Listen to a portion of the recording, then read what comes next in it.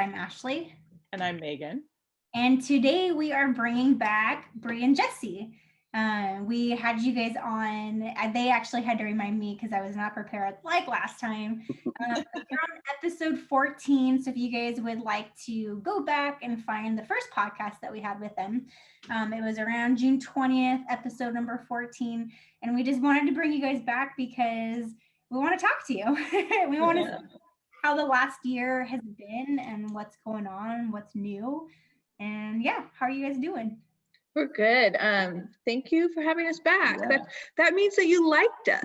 We did. We do. We do. Okay. We do. No, I so appreciate you guys doing this. It's just such a cool podcast. So, and it's also a little bit therapeutic for us, I think.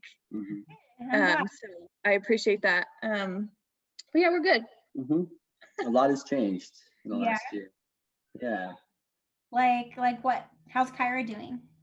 She's doing really good. The last time we talked to you guys was, as you just mentioned, kind of June of last year, and we just had a pretty major scare with her being in the PICU and being intubated, and she did really, really well, and was able to, how long was she in the PICU for? Like 12 days. 12 days or something like that, and knock on wood, she hasn't been sick since. We haven't had any hospital admissions. Not hospital admissions, but she has been sick. Yeah. Go ahead then. Okay, so so last time we talked to you, she was just out of the hospital, and she it was right when COVID hit, and so that was really scary for everybody. But then in October we ended up all getting COVID. Oh my gosh! Yeah, so we were so scared that Kyra was going to go to the hospital again, but she did amazing. So that's why I say wow. Really good. That's amazing because I'm thinking ICU. Yeah. We I'm sorry, I didn't mean to interrupt, but no, please do. There's a lot of the UMDF Mito doc calls, and at the beginning of the pandemic there were, they were doing them once a month, and it was a lot about COVID, and they just didn't really, they had like one or two Mito families that even had it, and I think in one of them the parents got sick but the child didn't, and one of them the child got sick, although I don't know the age, and passed away. And so we were all scrambling like, how is this going to affect our Mito kids? So it's so good to hear that she did really well, and you as well. We were more wusses than she was. I mean, honestly, it's harder on us. She slept for like a few days, right? And that was kind of scary because we couldn't really wake her up, right? Like, yeah, for a couple of days she slept quite a bit, but we were exhausted as well. I mean, we were pretty sick, but yeah, I mean, she did amazing. I think about when she gets sick with just a basic cold, and it's just so much more additional care that we have to do with just her lung management and all that kind of stuff. And with COVID, thank God she just rocked it and was just sleepy for a few days, and then she had to deal with us whining for the rest of the time. Yeah, we were the lucky ones, that's for sure. Very lucky. Yeah, that's awesome. Not awesome that you got COVID, but it's awesome that you did. But I mean that we came out of it. Yeah, and then the anxiety of COVID with a medically fragile kid kind of subsided a little bit. I mean, obviously we're still super cautious, and but man, it was like almost refreshing. It's so silly to say, but yeah. So we all came out of it okay. All of our family members that got it were okay. So that's not a lot of other people's stories. So we really are lucky. And now we're kind of, we got contacted by the NIH, the National Institute of Health, and they want to study how COVID affects kids with Mito. So we're sending off like blood samples of all three of us, and we're just participating in a study for that. Oh, that's awesome. Yeah. That's really cool. How did they find you guys? Our doctors at Seattle Children's Hospital, Dr. Senato, he knows he knows all of those research guys about and gals about the Mito stuff. So he put us in touch, and then I also just get the emails from Mito Research. I forget what the exact organization is, but yeah, I also got it in an email too to participate. Just, hey, has anybody had COVID? So so I'm happy to be a part of that. It's really easy on our end. I just and we don't really get anything out of it, but I just, I'm always about research for this, for Kyra's disease. I always want to help with research. if possible. Yeah, well, of course. I mean, it all has to start somewhere. So it's great that you guys are willing to do that. It's definitely going to help for kids in the future. Yeah, I hope so. That's our hope. Yeah. Exactly. How often do you guys have to go out to Seattle? Because it's a pretty far drive for you, right? You have to, it's not like you just pack up the car real quick and head out. It's a couple days that you have out of your schedule. Yeah, exactly. We usually stop about halfway. So it's usually at least a 3-day trip when we go, usually longer. But she's been tolerating the car rides really well for the most part. You go every 3 months? Every 3 months right now. And I think since last time we talked to you guys, we're still waiting to do the muscle biopsy to confirm her mitochondrial disease so that we could get on the drug trial.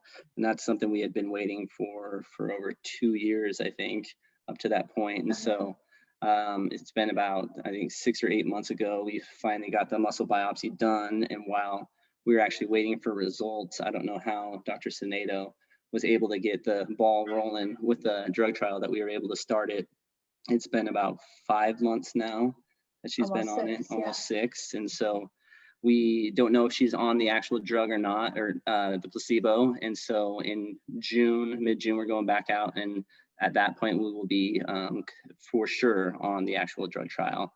We won't know if we're on the placebo or anything, but prior to that, it'll be more, a few years down the road. But we're excited because, I guess best or worst case scenario, however you want to look at it, we're hopeful that we'll even see more improvement, but she's been doing amazing over last year. I'm so excited to just tell you guys about all the stuff that she's been doing and how she's been progressing and developing.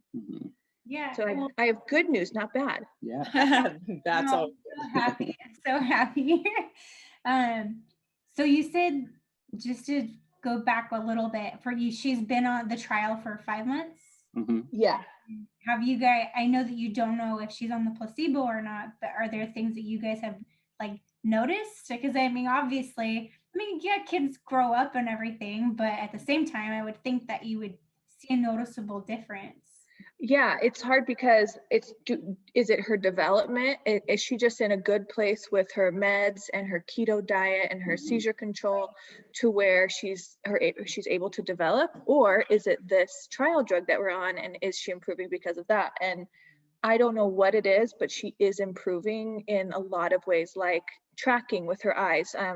She does have cortical visual impairment, so she's legally blind. And so a lot of our therapies are geared towards that. And she's just, just like really progressed. But she also was on a new heart med, because she has a disease called Wolff-Parkinson-White in her heart, and she's on enalapril, or what, I don't know if you guys want me to say the medications or not.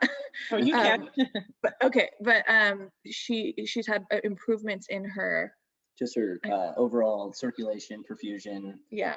There for a while, we were getting pretty concerned just because she had really just purple extremities, especially in her feet. And just you could tell just her circulation wasn't doing well. And so they did what's called an echocardiogram to check out how her cardiac output, how her squeeze of her heart was working. And they identified that that was much lower than they wanted it to be. And so we had a little bit of, concern with that. But once we got started on this new medication, it's actually improved with our last cardiac appointment. So. Yeah, so lots of improvements. Hard to tell if it's the trial drug, new meds, or just general development. But I mean, if I was up against the wall, I would have to say that it's probably the trial drug. Probably. Yeah. Isn't that so sick and wrong? They make us do a placebo for 6 months. Those darn scientists. Scientists. What is the drug called? Are you able to say? Yeah. It's called vatiquinone. Okay. It used to be called Epi 743, and now it's called vatiquinone. Yeah, we are very familiar with that.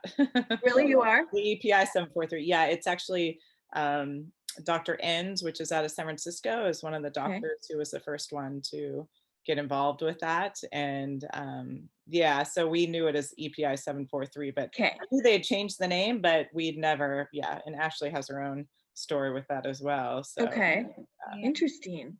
Mine's not Yeah. Yeah. Okay. No, for us, it was more of we were in the hospital and they knew we were at end of life.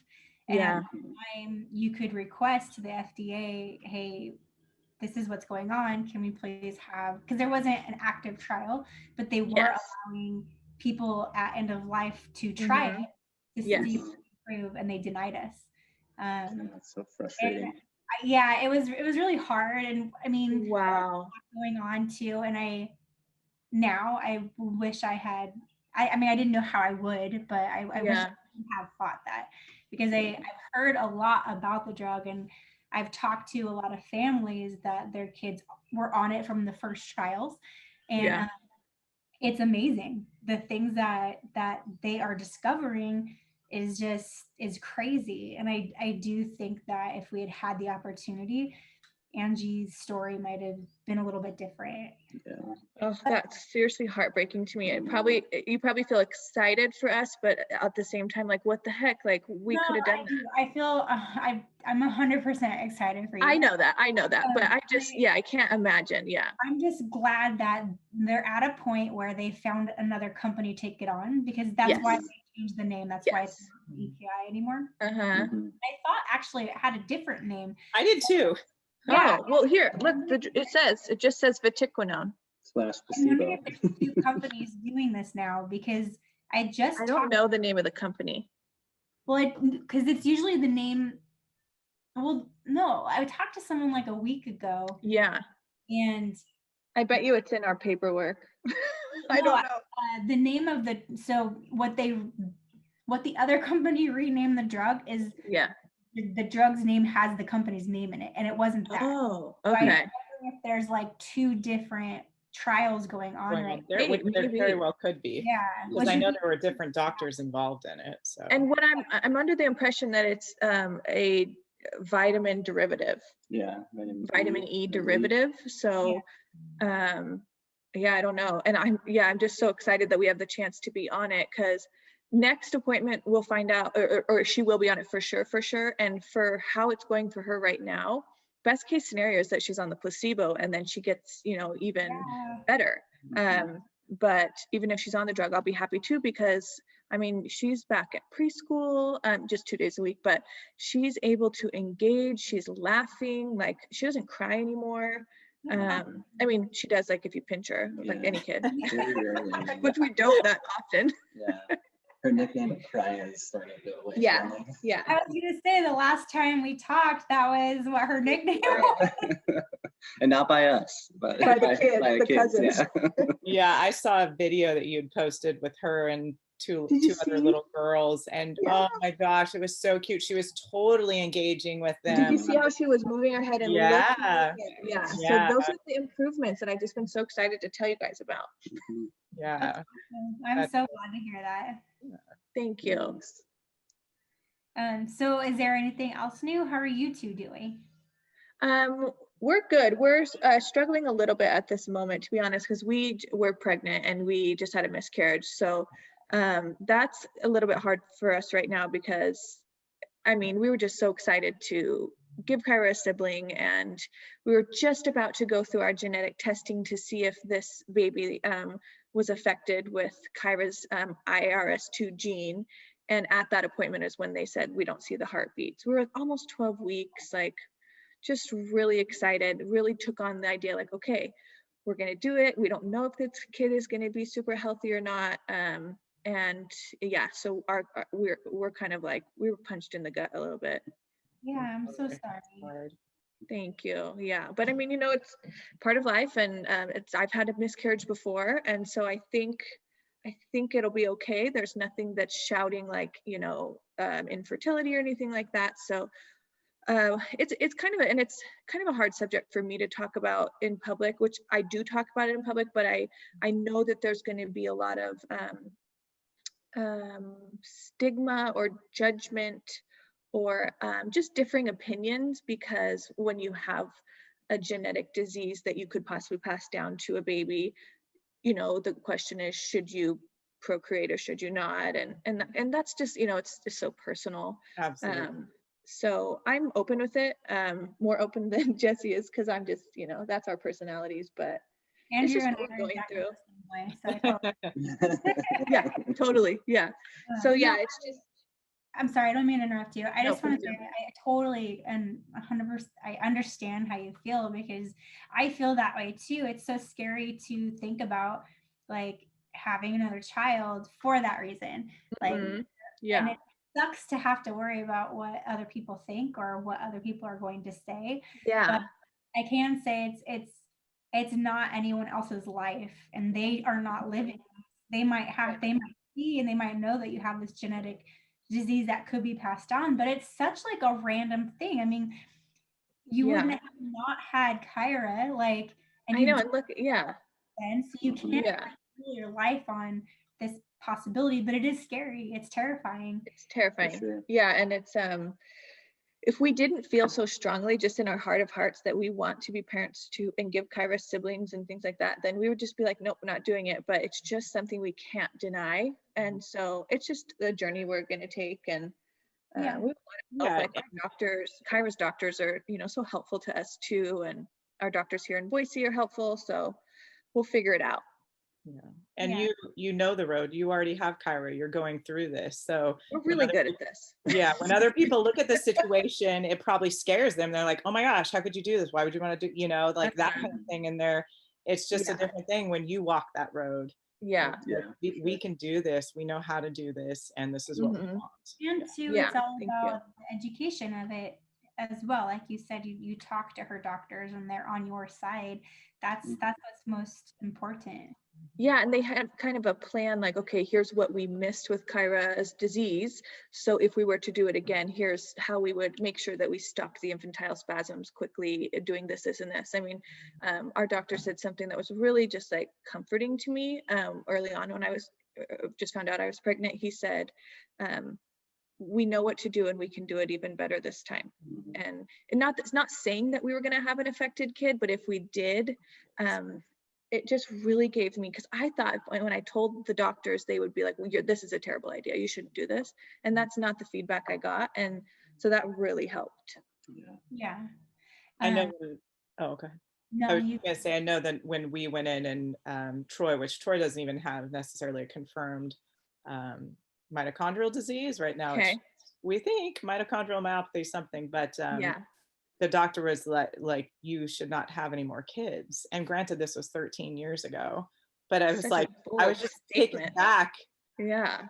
Did you just say that? Like, yeah. No, it was just, I mean, obviously I didn't, but I also got divorced and remarried and, a lot of other things played into that. But it was like, yeah. Oh, can doctors say that kind of stuff to you? God, yeah, that's heavy. That would be really hard. Yeah. Yeah. I had this similar experience with you, because Andrew and we hadn't really decided. We wanted to talk to different doctors and see what the road would look like. And I had the same reaction from our doctors. They were all really excited, which took me aback. So I was like, I was expecting the same thing. I was like, aren't you gonna reprimand me for wanting this?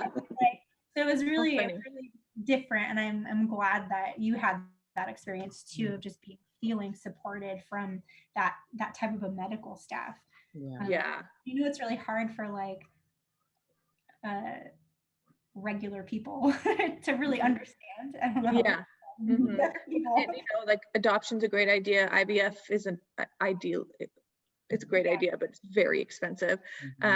So there's options out there too that we can explore if we can't get pregnant naturally. And this is just the road we're on. Like, for some reason, things aren't quite easy for Jesse and I in life, but they're beautiful. I mean, we find the beautiful things along the way, but man, I just really want to give Kyra a sibling because she loves kids and she loves her cousins, and they just like breathe life into her and they make her laugh and they speak her language, which is very cool. And it just feels right for our family. So we'll get there.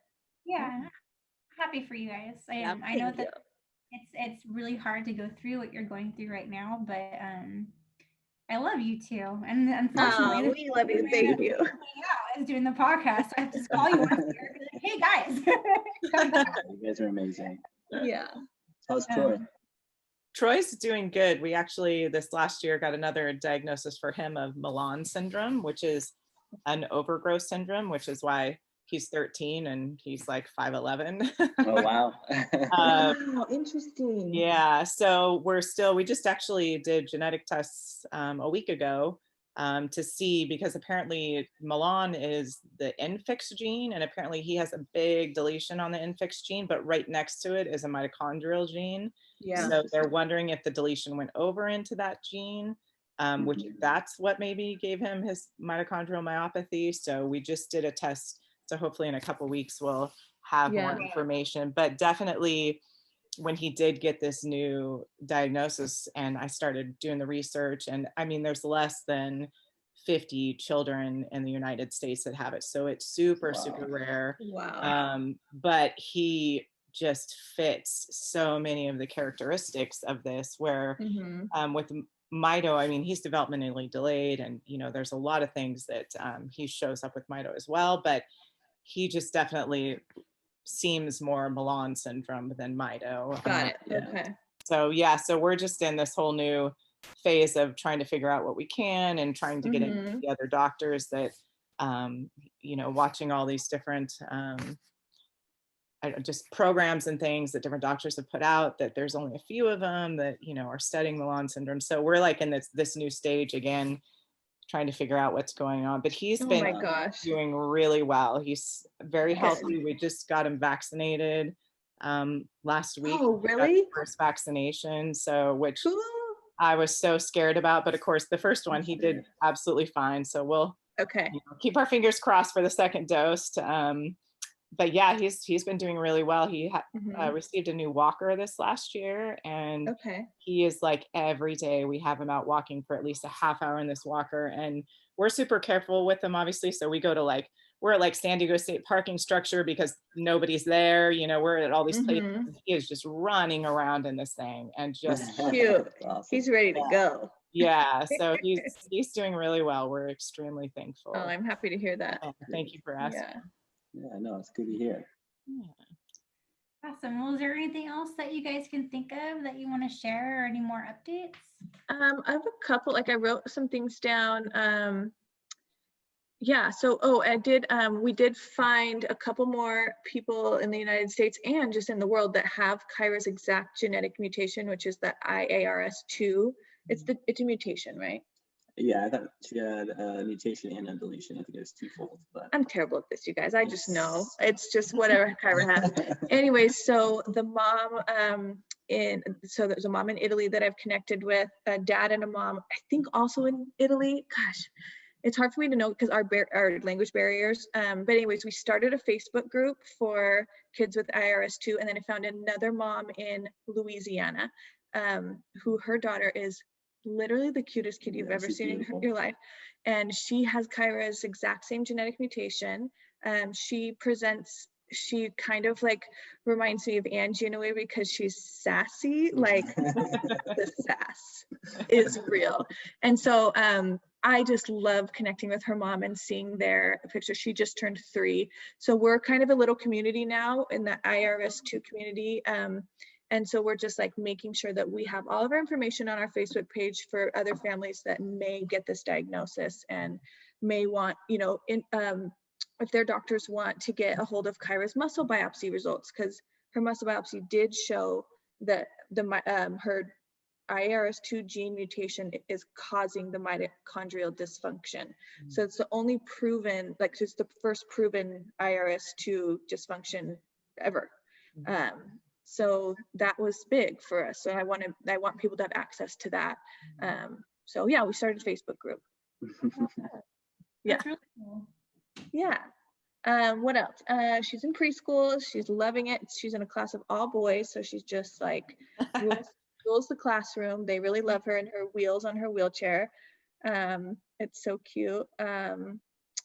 That's it. Yeah, we're just gonna gear up for a fun summer. We're gonna go to Seattle a couple of times for doctor's appointments. Make-A-Wish said that they're granting us a wish, and Kyra, and they're gonna get us a travel trailer. So we're gonna go because we can't fly anymore with Kyra. She's too big and too much medical equipment. So we're gonna just get up and go. That's awesome. Yeah. Very fortunate. So we're waiting to hear. I think it's going to be like July or something. But yeah, we're just trying to live life, have fun. Well, you guys are going to have to plan a trip to San Diego. Yeah. I kind of think we were actually just talking about it a couple weeks ago. So well, even if it's just Jesse and I, we'll be like, okay, Kyra stays with grandma. Jesse and I are going to San Diego. No, just kidding. Yeah. Well, cool. I'm so glad that everything is going so well and that she has been amazing over the last year, and I can't wait to hear back from you guys to find out how what the trial is, like if she's on it or she's not. And okay, yeah, we'll keep in touch. Yeah, please do. Yeah, this was an awesome update. We're so happy for you guys. Thank you. Yeah, we're all good things. I mean, we still have hard days. It's not that she can walk all of a sudden or she's cured, but man, just strides from the last time I talked to you guys, and yeah, she's just happy and healthy and good for now. I'm knocking on wood. It's crazy the year it has been with COVID. Yeah. I mean, we had a lot of blessings too, because my work was super supportive and I was able to work from home really the last over, I don't know, year, 14 months, and just slowly getting back into going into the office. And so much of that, the mornings when she's the happiest and she has a lot of that energy I missed for so long. And so I just, I've really cherished that for the last, year and a half. It's been pretty amazing. Yeah, those are the good things that have come out of COVID, just being able to be together. Like my husband's a teacher and he was completely working from home. So lunch was popping out of the room, and it's just, there's definitely some good things that came from this time, us having to be at home all together. Exactly. Yeah, exactly. For sure. That's cool. Well, thank you for joining us again. I appreciate you guys taking the time. If you guys are listening, that was the Mito podcast. If you have any questions or any suggestions for future episodes, go ahead and email us at mitopodcast@gmail.com. You can find us on YouTube, Spotify, Facebook, and Instagram.